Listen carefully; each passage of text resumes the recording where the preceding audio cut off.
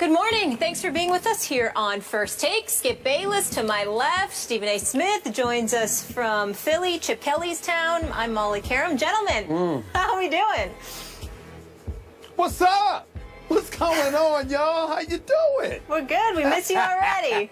You seem relaxed and happy. Whoa, don't worry about it. Oh, trust me, I'm here in the house. I just got one question for my man Skip Bayless this morning. And here's the proverbial handshake over the television screen. Skip Bayless, I gotta ask you a question. Did you see that bad man last night? Woo! Ooh, that's a bad boy. You know, I've never done this in the history of the show. I'm going to offer you my condolences on the first topic of this show prematurely, because you deserve it prematurely, because we all know you're about to get scorched in a debate. Oh, whatever. Yeah. Whatever. By the way, the suits with the white shirt is looking pretty fly right now. Molly, you always look great. Thank you. Skip, you know. You look good today. You can butter me up. You know what's coming, but I appreciate that. Somebody's hyped today. Yeah. No. I must confess, I was actually looking for you to return the compliment, because I think. Oh, you were fishing. It's called fishing for compliments. I'm just saying. You know what? I'm just saying. You look stunning. You look fantastic. You look like the cover of GQ. That's what you look like. Did you get the goatee shaped up? Thank you so much. It looks fantastic. Did I mention that? He visited the barber shop. My only regret today is I didn't wear the green suit with the yellow in it. I should have rocked that this morning. Okay. I really should have. I get it. Green Bay. I'm just saying. This is going to be a good one, people. All right, let's work. We ready, Mr. Happy? Okay, he's ready. I am. All right, let's do it. Coming up, it was media day in the NBA yesterday. Why is Derrick Rose talking about free agency? We'll fill you in on what he said and what it means. And is this Kobe's final go-around? And we will also discuss LeBron as well. But first, to the NFL. Monday Night Football in Lambeau. Green Bay defending their home turf, beating Kansas City by 10. Aaron Rodgers doing what he does. Listen to this. The man has not thrown an interception in his last 16 regular season home games, 486 pass attempts with 0 picks. He threw 5 TDs last night, 3 to Randall Cobb, 1 to that rookie Ty Montgomery, and 1 to the newly reacquired James Jones. I said before the game, if you said he was the best player in the league, it might be an understatement. People are like, what are you trying to say? Yeah, what are you trying to say? Just go with it, all right?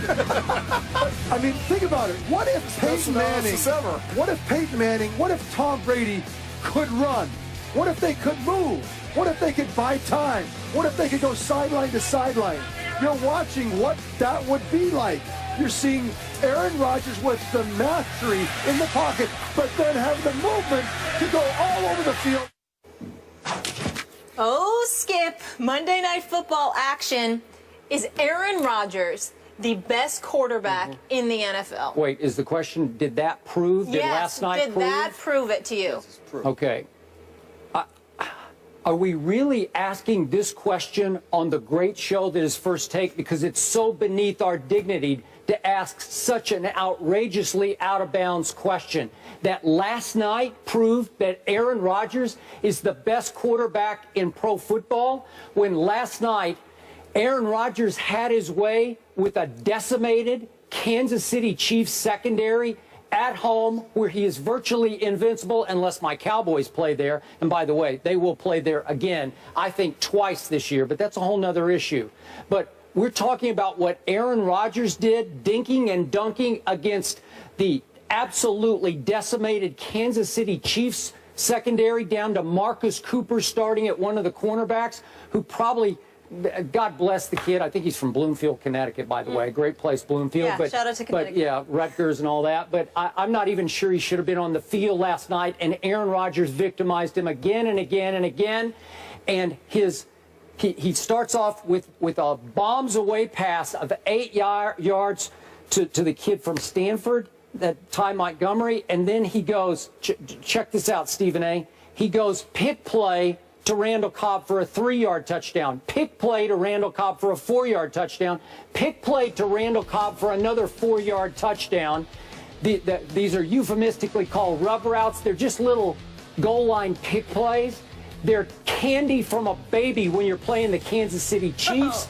And the one bombs away play of 27 yards to James Jones came on a cheap offsides penalty play where the Chiefs virtually stopped playing and everybody's looking at each other. And it's a free, cheap play for Aaron Rodgers to throw it to James Jones, who's basically not covered in the end zone. Easy touchdown. And you're trying to tell me that what he did last night would suddenly usurp the great Tom Brady, who should be insulted. We're even asking this question after this sensational start that he's had to this NFL season. I'm not sure any quarterbacks ever had a greater start to a season than Tom Brady has had so far. He did it to the Pittsburgh defense, which is showing me a lot this year. He torched the Pittsburgh defense. Remember that on Thursday Night Football?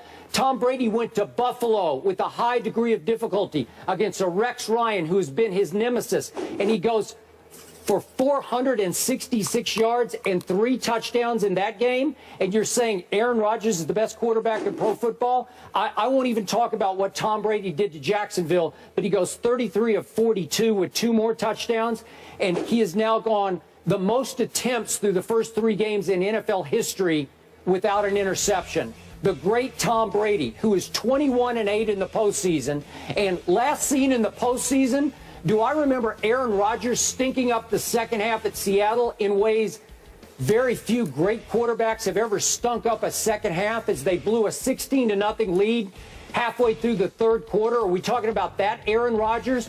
Meanwhile, that was against the great Seattle Legion of Boom defense, which then went on to the Super Bowl, and in the fourth quarter got absolutely scorched by Tom Brady, who went 13 for 15 for 124 yards just in the fourth quarter and 2 touchdowns, as he was the Super Bowl MVP. Are you kidding me? Aaron Rodgers is 6-5 in the postseason. I'm not finished. It's your question. I'm going to answer it. Let me finish. I'm waiting for me to get to it. Aaron Rodgers is 6-5 in the postseason, and by the way, he's 2-4 since he last won that lonely Super Bowl long ago. 2-4, and you're bringing me that a game on Monday night at home against the Chiefs suddenly vaults him into best quarterback status in the NFL? Just stop it. Molly, we could go on to the next topic because you don't even deserve to answer this question. Are you kidding me? Are you trying to shut me down and deny me the opportunity to respond to that ridiculous diatribe you just threw out there? You must be crazy. It was far from brilliant, okay? Let me tell you something, Skip Bayless. You got to remember something. I know you and your slick self, okay? You know what you just did? I noticed how you glossed over stuff. You highlighted what Tom Brady did, and you're so right. Yeah, I know it was against Jacksonville, but blah, blah, blah. You brought up the decimated secondary of the Kansas City Chiefs. Fair enough. They were a bit decimated. They had 3 of their top 4 guys out last night, if I remember correctly. But here's the reality. Despite all of that, their defense is better than the Pittsburgh Steelers and what Tom Brady went against on opening night. Don't get me started with Jack. Oh, I do. I do. Maybe the Steelers defense is it's getting better. Yeah. But the Steelers defense that opened up the season, don't get me started with that. Aaron Rodgers, okay? He went against Chicago's defense, which even you acknowledged is upgraded, especially with John Fox as the head coach right now. And we'll get into them a little bit later because obviously they traded 2 guys. But let me say, I'm just saying respectable. I'm not saying they're lights out, but respectable. We know their offense and Jay Cutler, your Vanderbilt native. That's the problem with the Chicago Bears. It had nothing to do with their defense, okay? You got Chicago, then you had Seattle, game 2, then Kansas City yesterday. At home. No Cam at home. That's fine. That's fine. But Seattle's defense is still nothing to sneeze at without Cam. Cam just elevates it to an extremely elite level. But they're still better than most even without Cam. And then you got Kansas City yesterday. And then you look at Aaron Rodgers. Excuse me, nearly 500 passes at Green Bay at Lambeau Field, still without an interception. Lord knows how many touchdowns the man has thrown. The man is absolutely phenomenal. Okay. Well, it is phenomenal. Thank you very much for giving me that, okay? So you got a Green Bay Packers offense, by the way, making Starks, making Cobb, making, James Jones, everybody look like all pros because he's that dude. And by the way, I have what I consider to be a relatively impenetrable argument, Skip Bayless. And you know what that argument is? I don't have to make one. Steve Young, the great Steve Young, Hall of Famer Steve Young, sat up there last night and essentially confirmed it for me with what we played leading into the segment. Trent Dilfer co-signed it. Ray Lewis co-signed it. Chris Carter co-signed it. NFL aficionados all over the place. They talk about Aaron Rodgers' ability to throw the ball outside the pocket, inside the pocket. Yeah. Even that's fair. That's fair. I understand. I'm dealing with you. I'm just telling you that the bottom line is you seem to be in complete and utter denial. We all know that Tom Brady is great. We know that he's fantastic.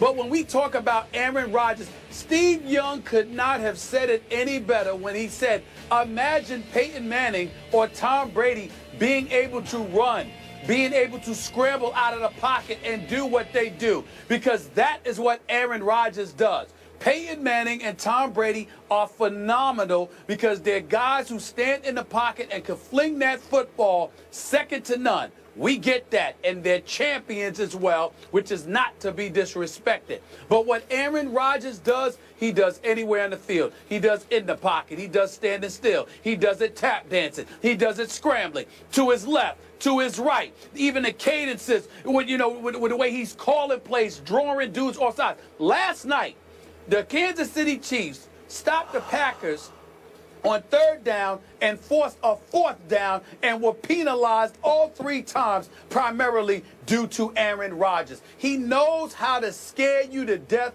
You even hesitant in coming after him because you don't know what he's going to do to you next. You are never as helpless as you are once you're going up against Aaron Rodgers in the flow, because he is something phenomenal. And I'm going to say it for you again, just to make you feel good. Say it with me, Skip.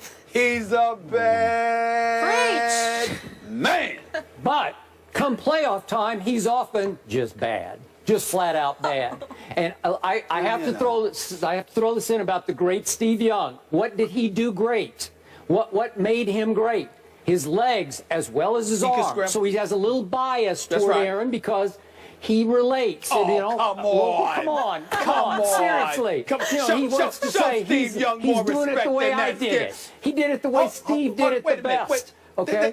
Wait a minute. The objectivity of Steve Young is something that he puts on display for 17 weeks a season every single year for us. Come on, Skip Bayless. Okay. You can't sit there and bring in the question. I said it, and I stand by it. Okay. Now, you tell me he does it all over the football field. But you can't come back. You have no response to why he doesn't do it consistently when the money's on the line in the playoffs.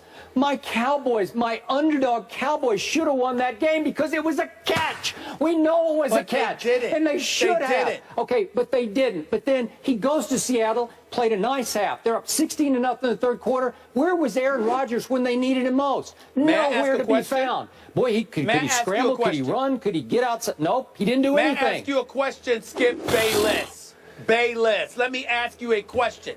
How is it that you recall that it should have been a catch because it was a catch? How is it that you recall Seattle's second half performance, but you don't recall that throughout the entire playoffs last year, Aaron Rodgers was playing on one leg? One leg! What? He was a little limpy. One leg! He was getting around okay. That? Well, he's got the greatest arm in history. That's what you tell me. The quickest release and the strongest arm. So he should be better than that. I stand by that. Okay. I stand Tom by Brady that. wasn't running around in the playoffs. And look what he did to the Legion of Boom. He boomed him. He knocked him out of the park. You still need your legs to throw the football. By the way, remember, Aaron Rodgers is 6-5 in the playoffs. Think about this. 4 of the 6 came on his Super Bowl roll that one year. And remember, he has to go on the road as the wild card team. And he beats Michael Vick in Philadelphia. Nah. He beats Matt Ryan. No Julio Jones yet there. Matt Ryan really struggling as a young quarterback. I don't know about that. I love how you say this. Jay Cutler. Wait a second. He beats Jay Cutler in Chicago. Jay Cutler couldn't go in the second half. And you're the one who said he's overriding his bicycle in the second half. It's Caleb Haney in the second half. And go look at the numbers. Aaron Rodgers stunk up that second half and almost lost a chance to go to the Super Bowl to Caleb Haney. Then in the Super Bowl, Troy Polamalu, remember this? He couldn't run. He had a pulled hamstring, shouldn't even tried to play. So Aaron Rodgers victimized Ryan Clark in the secondary. Okay? I have a response.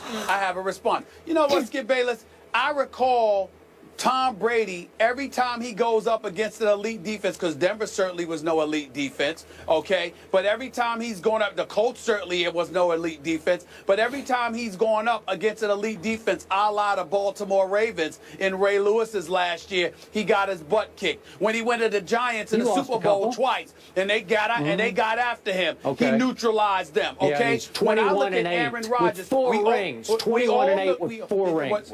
Case closed. I'm sorry. You got to speak. I don't get to say something. I don't get to. What, you scared? You scared? We don't like what you're saying. I mean, why don't you listen? Why don't you listen? Well, just because you don't like it doesn't mean that you get to interrupt me. Zip it when I'm talking to you. Here's the deal.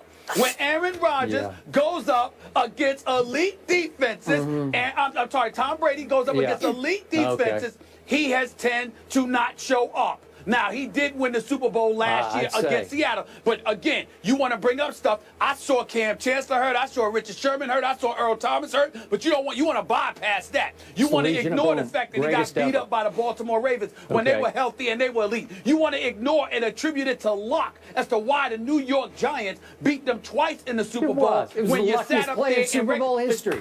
Did Tom Brady, hold on, did Tom Brady not laugh? Not laugh at the thought of him being held to just 17 points, and he was held to 14 points. But you ignore that. But you want to bring up everything about Aaron Rodgers, whose defense has always been suspect in Green Bay. He's a bad boy. Somewhere along the lines, you're going to learn to accept this reality. Eventually, Aaron Rodgers is a bad somehow, some way. Tom Brady. That's what I'm going to say. Yes. All right, guys, this is fun, but we have to move on. So there is an obvious divide here. Stephen A. thinks that bad man is the best in the league, while, of course, Skip's not riding with it. What do you think? Let us know on Twitter if you think Rodgers is the best quarterback in the NFL by replying yes or no to the hashtag #BestNFLPasser. Speaking of Tom Brady and the Patriots,